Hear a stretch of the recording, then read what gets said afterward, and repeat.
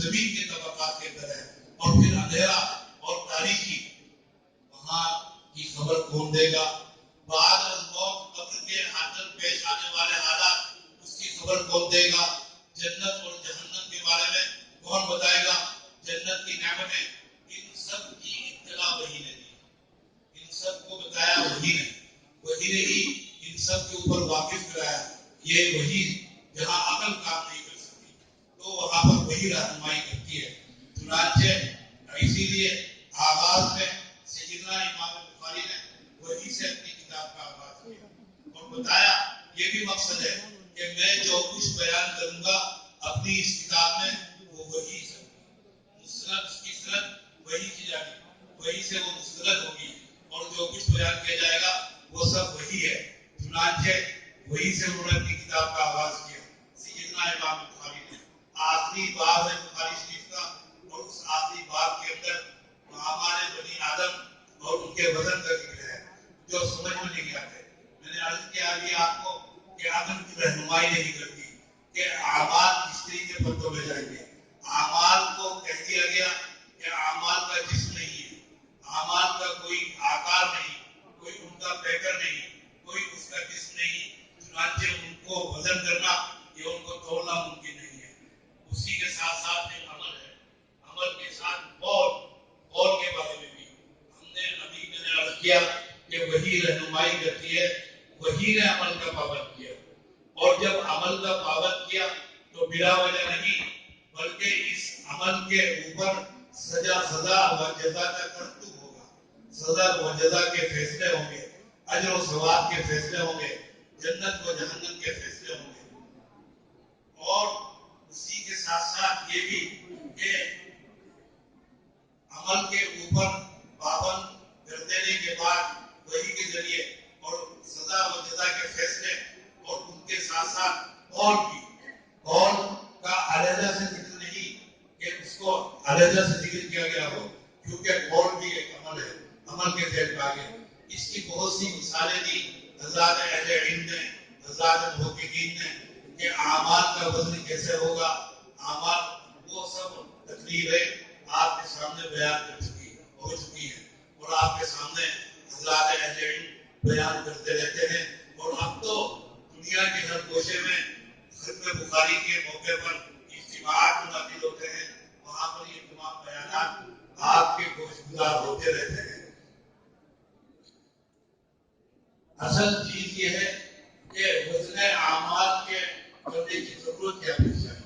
کیا خدا تعالیٰ جانتے نہیں انسانوں کے اعمال اور ان کی کیفیات کو یا ان کی مقدار کو؟ وہ تو علیم ہے، وہ تو علام ہے۔ جب وہ علیم ہے، علام ہے، علیم بذات الصدور، اس سے آگے بڑھ کر کہا جائے کہ دلوں کے بھید اور رازوں کے اوپر واقف ہے۔ یہ اشکال یہی نہیں اور بہت سی جگہ پر پیش آ سکتا ہے کہ جب خدا تعالیٰ علیم و علام ہے تو بندوں کے عمل کے وزن کرنے کی ضرورت کیا ہے؟ کیا ضرورت پیش آئے گی کہ اعمال کا وزن کیا جائے گا؟ یہ اشکال جیسے کہ میں نے کہا بہت سی جگہ پر پیش آ سکتا ہے، خاص طور سے عصر کی اور فجر کی نماز کے اوقات کے وقت جب فرشتوں کی اور ملائکہ کی ڈیوٹی تبدیل ہوتی ہے اور خدا تعالیٰ کے دربار میں پہنچتے ہیں، دریافت کرتے ہیں بندے کو کس حال میں چھوڑا، تو وہاں پر حضرات ملائکہ اطلاع دیتے ہیں کہ آپ کے بندوں کو اس حال میں چھوڑا۔ یا معصوم کی موت کے وقت، جس وقت معصوم کی موت پیش آتی ہے اور اس کی روح نکال کر ملک الموت یعنی اسرائیل، یاد رکھیے قرآن مجید میں یا صحیح احادیث میں اسرائیل کا نام نہیں، ہاں آثار کے اندر اسرائیل کے نام سے اس فرشتے کا نام موجود ہے۔ قرآن مجید ملک الموت کے نام سے بیان کرتا ہے۔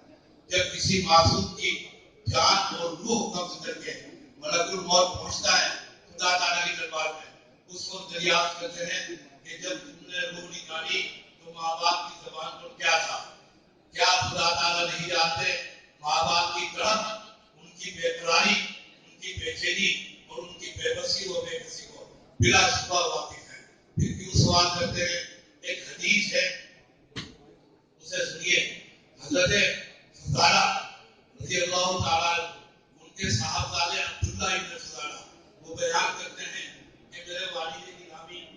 جناب سرور کائنات صلی اللہ علیہ وسلم کی خدمت اقدس میں حاضر ہوئے اور حاضر ہونے کے بعد ایمان قبول کیا. پھر دوسری ملاقات کی اور ایمان قبول ہونے کے بعد اور عرض کیا کہ یا رسول اللہ میں نے ایمان قبول کیا ہے, مجھے کچھ تعلیم کیجیے اور کچھ احکامات. تو آپ صلی اللہ علیہ وسلم نے ایمان کی تعلیم اور تلقین کے بعد انہیں احکامات کی تلقین کی, نمازوں کی پابندی کا اقرار کیا. اس کے بعد خدایا نے کہا یا رسول اللہ میں تو بہت مصروف ہوں, میں 5 وقت کی نماز ادا نہیں کر سکتا. آپ صلی اللہ علیہ وسلم سے آپ نے فرمایا تو پھر 2 نمازیں تو لازمی پڑھنی پڑیں گی کہ فجر کی نماز العصری یعنی فجر کی نماز اور عصر کی نماز. وہاں پر بعض محدثین نے لکھا گفتگو کرتے ہوئے کہ فضالہ کے حق میں نبی کریم صلی اللہ علیہ وسلم نے تخفیف کر دی 3 نمازوں کی. کشمیری پہنچے اس مقام پر حدیث پر گفتگو کرتے ہوئے اور ناراض ہوئے اور فرمایا کہ یہ کیا کہہ رہے ہیں کہ یہ نبی کریم صلی اللہ علیہ وسلم کو بھی یہ اخلاقی اور یہ اختیار حاصل نہیں کہ وہ فرائض کے اندر کوئی تخفیف کر سکے.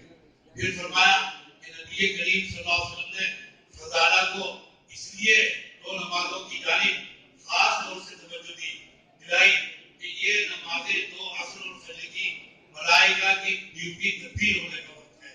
اگر فجر کی نماز کا اہتمام کر لیا کہ جو آرام اور راحت کا انتہائی وقت ہے اور انتہا سے زیادہ نازک وقت جس کے اندر بیدار ہونا اور تیار ہونا نماز کے لیے انتہا سے زیادہ مشکل, اگر اس پر پابند ہو گئے اور عصر کی نماز جس کے اندر مارکیٹ اور بازار شباب پر ہوتا ہے اور کاروبار, اگر اس وقت اپنے آپ کو تیار کر لیا باقی نمازوں کے اہتمام کی توفیق اور اس کا اختیار اور اس کا امتیاز انشاءاللہ حاصل ہو جائے گا. اس لیے خدایا کو کہا کہ خاص طور سے 2 نمازوں کا فرشتوں کی ڈیوٹی تبدیل ہونے کی وجہ سے, اسی لیے فرشتوں کی ڈیوٹی کے تبدیل ہونے کے بعد حق تعالیٰ فرماتے ہیں کہ بتاؤ بندے کو کس حال میں چھوڑا. اس لیے نہیں کہ خدا تعالیٰ لاعلم ہے کہ بندے نماز میں تھے نہیں, بلکہ آدم کی تخلیق پر جو اشکال تھا حضرات ملائکہ کو ان کے سامنے اظہار کہ میری تخلیق کے اندر جو حکمت تھی یعنی عبادت کی انجام دہی اور اس پر اجر اور ثواب, تو وہ تخلیق کی حکمت سامنے آئے. اسی طریقے پر معصوم کی موت کے وقت جس وقت سوال کرتے ہیں کہ ماں باپ نے کیا کہا, لوگ فرشتے بیان کرتے ہیں تو اس وقت بھی اللہ تعالیٰ واقف ہوتے ہیں ماں باپ کی دلوں کی کیفیت سے. ان کے سینے پھٹے جا رہے ہیں, وہ بے قرار ہیں, بے چین ہیں اپنے بچے کی پیدائش اور اس کی موت کے اوپر, اس کے سانحے کے اوپر. تو اللہ تعالیٰ دریافت کرتے ہیں کس حال میں چھوڑا, جانتے ہیں کس حال میں فرشتوں سے, اس لیے کہ صبر کی اہمیت اور اس کے اجر کو بیان کرنے کے لیے اور اس کے صبر کے اجر کی اہمیت کے اظہار کے لیے یہ مقاصد اور یہ حکمت ہے. تو اللہ تعالیٰ تو علیم ہے, اگر خدا تعالیٰ اعمال کے اوپر فیصلہ فرما دے تو کہیں وہ بات نہ ہو جو غالب کے لہجے میں ہے. غالب نے کہا اردو کی شاعر نے کہ پکڑے جاتے ہیں فرشتوں کے نیچے پر نہ آدمی کوئی ہمارا دمِ تحریر بھی تھا. یعنی جس وقت تعالیٰ آدم کی تخلیق فرما رہے تھے اور فرمایا کہ میں آدم کو خلیفہ بنانے جا رہا ہوں, تو فرمایا تھا حضرات ملائکہ نے عرض کیا کہ آپ زمین پر ایسی مخلوق پیدا کر رہے ہیں جو زمین پر خوریزی کرے گی, فساد برپا کرے گی. آپ کو اگر تصویر و تحقیق آپ کو مطلوب ہے تو ہم اس کے لیے کافی ہیں.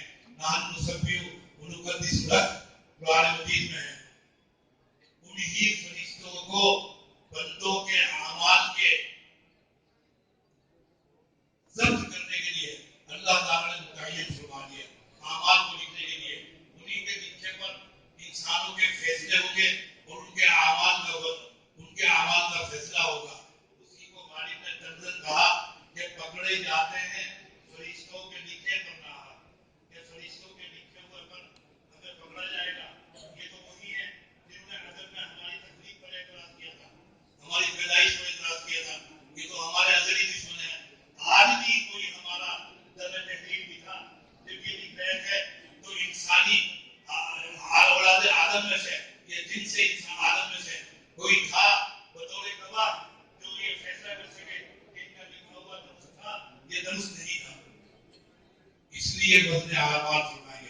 عدل کے اظہار کے لیے، اظہار عدل کا موقع ہے، انصاف کا موقع ہے، چنانچہ کسی کے دل میں کوئی شبہ نہ رہے۔ بہت سے طریقے ہو سکتے تھے وزن کے علاوہ، اور بہت سے طریقے تمام حضرات محدثین نے لکھے کہ یہ ہو سکتا تھا۔ پھر اس کے اندر کبھی وزن ہی وہ واحد چیز ہے جس کے لیے جس کو ہر ایک کے لیے قابل قبول ہوگا، تو اعمال کا وزن فرمائیں گے۔ اسی کو امام بخاری نے فرمایا وَإِنَّ أَعْمَالَ بَنِي آدَمَ وَقَوْلَهُمْ يُوزَنُ، اللہ تعالیٰ اعمال بنی آدم اور ان کے اقوال کو اللہ تعالیٰ وزن فرمائیں گے تاکہ ان پر سزا و جزا کا ترتب ہو سکے۔ پھر اس کے ساتھ ساتھ ارشاد فرمایا کہ نضع الموازین القسط لیوم القیامہ، کہ ہم انصاف کے لیے، عدل کے لیے ترازو قائم کریں گے۔ اس ترازو میں وزن ہوگا اعمال کا، اعمال بنی آدم کا۔ پھر ارشاد فرمایا جناب نبی کریم صلی اللہ علیہ وسلم کی حدیث ہے، میں وقت کی تنگی کی باعث اشارتاً اور ذرا کنایتاً اپنی گفتگو کو اختصار کے ساتھ ختم کرنے کی طرف جاتا ہوں۔ ارشاد فرمایا جناب نبی کریم صلی اللہ علیہ وسلم کی حدیث ہے جو آپ کے سامنے ابھی تلاوت کی گئی، جس میں بیان کیا نبی کریم صلی اللہ علیہ وسلم نے کلمتان حبیبتان گفتگو کی ہے ہمارے حضرات اکابر دیوبند میں۔ اکابر دیوبند کیا کہنے، الاعمال رفیق، سبحان اللہ۔ ایک جو وہ کہکشاں ہیں، وہ جو کاروان علم ہے، اس کی انتہا اکابر دیوبند پر ہے، سبحان اللہ۔ ابھی حال ہی میں حضرت مولانا بدر الحسن صاحب دربھنگوی ثابت رئیس داعی داعی دارالعلوم دیوبند کے، اور اس وقت موجود کویت میں ہیں، حضرت مولانا رشید احمد صاحب کو کوئی قطب عالم سے متعلق، حضرت قطب عالم کے متعلق علامہ کشمیری نے فرمایا کہ فقیہ النفس، اور فرمایا کہ پچھلے گزشتہ 300 سال سے تفقہ مفقود ہے، اور وہ فقیہ النفس ہر ایک کسی کو نہیں کہتے، بلکہ ابن عابدین علامہ شامی کے اوپر ترجیح دیتے ہیں حضرت قطب عالم حضرت مولانا رشید احمد گنگوہی کو۔ ان پر مولانا بدر الحسن صاحب کا مضمون ہے، مضمون کے ذیل میں گفتگو کرتے ہوئے لکھا مولانا آخر میں کہ حضرت اقدس تھانوی، حضرت اقدس مولانا گنگوہی علیہ الرحمہ وہ تھے کہ جو دریا کو کوزے میں کرتے تھے، کیا تھے بھائی؟ دریا کو کوزے میں بند کرتے تھے۔ اور دوسرا جملہ یہ لکھا کہ اور حجت الاسلام حضرت مولانا محمد قاسم نانوتوی کی ذات گرامی اور ان کی شخصیت وہ تھی جو کوزے سے دریا برابر کرتے تھے۔ دونوں اپنے فن کے کمال میں اور عروج پر ہے، انتہا پر ہے، ذروہ اولیاء کے اوپر۔ سمندر کو یہ پیالے کے اندر بند کر دینا کوئی معمولی کام ہے، یہ انتہائی حاوی، انتہائی ماہر، انتہائی قابل شخص کا کام ہے کہ سمندر کو بند کر دے، علوم کو سمیٹ کر ایک جملے کے اندر پیش کر دے، انتہا سے زیادہ۔ پھر ایک جملے سے حضرت اقدس تھانوی مولانا نانوتوی نور اللہ برکتہ حجت الاسلام نے آب حیات کی ہے اردو زبان کے اندر، محض ایک آیت قرآن مجید کی، النبی اولا بالمؤمنین من انفسہم۔ تصور کیجئے، خیال کیجئے کہ ایک آیت پر پوری ایک کتاب تصنیف کرنا ہے، یہ ہے کوزے سے دریا برآمد کرنا، پیالی سے سمندر کو پیدا کر دینا یہ ہے۔ اور میرا گمان ہے اور اہل علم نے لکھا ہے کہ پوری آیت پہ نہیں بلکہ آیت کے محض ایک جملے پر، ایک لفظ پر جس میں ہے النبی اولا بالمؤمنین من انفسہم، لفظ اولا پر حضرت نے پوری اپنی تحقیقات کی بنیاد رکھی اور کتاب تصنیف فرمائی۔ یہ ہے اولئک